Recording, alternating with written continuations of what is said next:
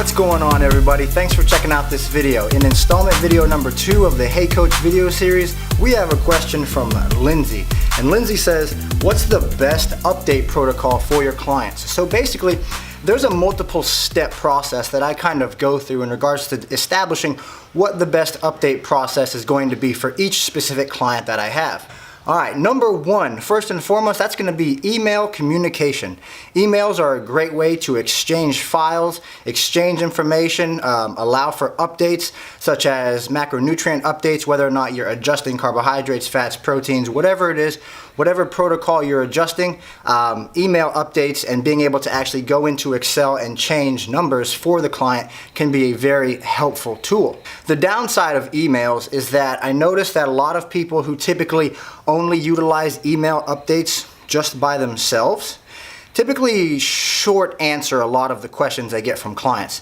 So if you're sending an email to a coach and you're expecting to get a quality response back and all you get is to make a certain macro adjustment or something like that, chances are that your coach is working with an extremely high number of clients and likely just doesn't have the time to prioritize your questions, or is not prioritizing your questions because they themselves deem them to be unimportant. So emails can be a great way to exchange information with a client. However, be aware of the quality of email you're giving back to your client. In my experience and in my opinion, you should be able to provide them as much detail on that email as they need in an effort to be able to move forward, because again, it's all about client experience and whether or not that client is learning how to be in control of their metabolism for the rest of their life. And if your coaching service isn't necessarily providing them that option through just doing email, then I'd likely search for other options. Number two is going to be phone calls, something that I talked about yesterday. Now, I cannot express to you guys how valuable I feel personal connection actually is. Being able to talk to your clients, connect with your clients, help your clients through hard times, provide them answers to questions, real life answers to questions, not through email. I think it's an extremely valuable tool for you to be able to utilize. Now, typically when I utilize phone calls with my clients, typically they are clients that are in the US. Alright, now I have another protocol for clients who are outside of the US. But for people inside the US, I highly recommend you trying to schedule a phone call with your clients at least every 2 to 3 weeks, or as your schedule allows, in a means to make better communication.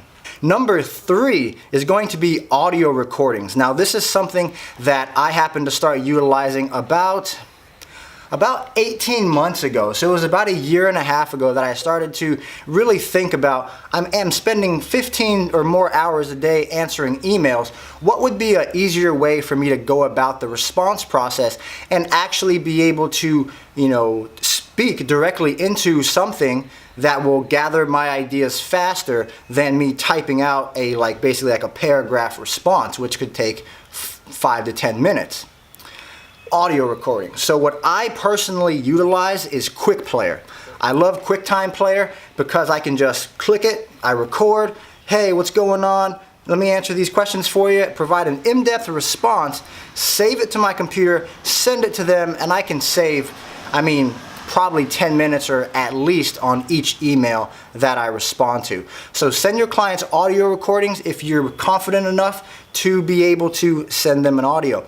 Now, this brings up a really good point, because usually in the beginning phases, most coaches may not be confident enough to jump on the phone, to send an audio, to get on a Zoom call. So you're kind of in that email race of trying to get as many emails done as you can. However, if you are in that position, what I'd urge you to do is just take some time, work on your knowledge and your ability to communicate very effectively. All right, point number 4. I personally prefer Zoom calls for international clients. Reason being is that, well, to be quite honest with you, I'm not exactly sure of the international rates as they go in regards to making a phone call to, say, Australia or the UK or wherever you're at. So what I usually do is just schedule a face-to-face Zoom call with international clients.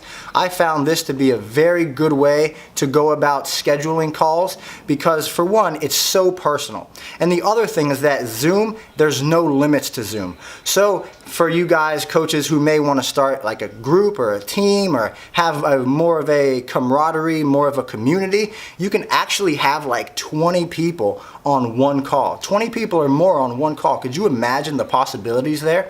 And I know a lot of people are actually utilizing this to grow their coaching brands, but Zoom calls can be a phenomenal way for you guys to connect and provide a next level service for your clients.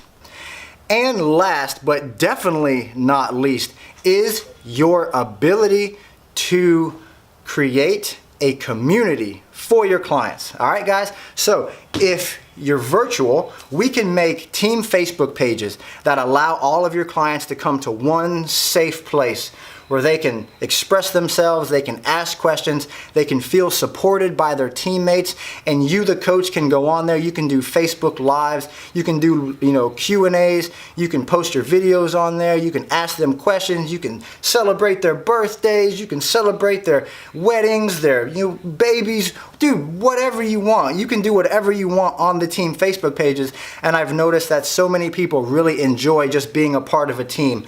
I think that for a lot of people, one of our biggest fears is being alone, right? We don't want to feel like we're in this process alone. So therefore, having that group can really be a game changer for you as a coach.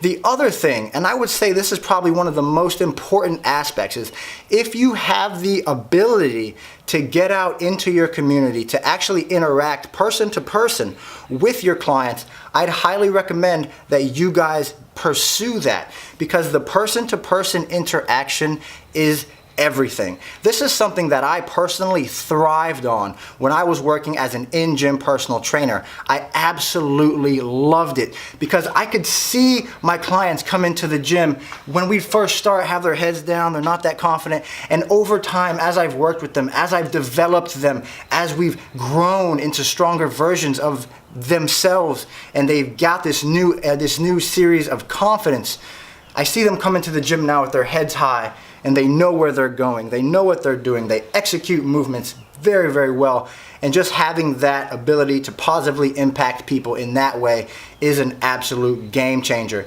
And I think that if you can do all of the things that I talked about in this video in regards to working with clients and making it the best experience for that specific client, you will be very good at the online coaching career.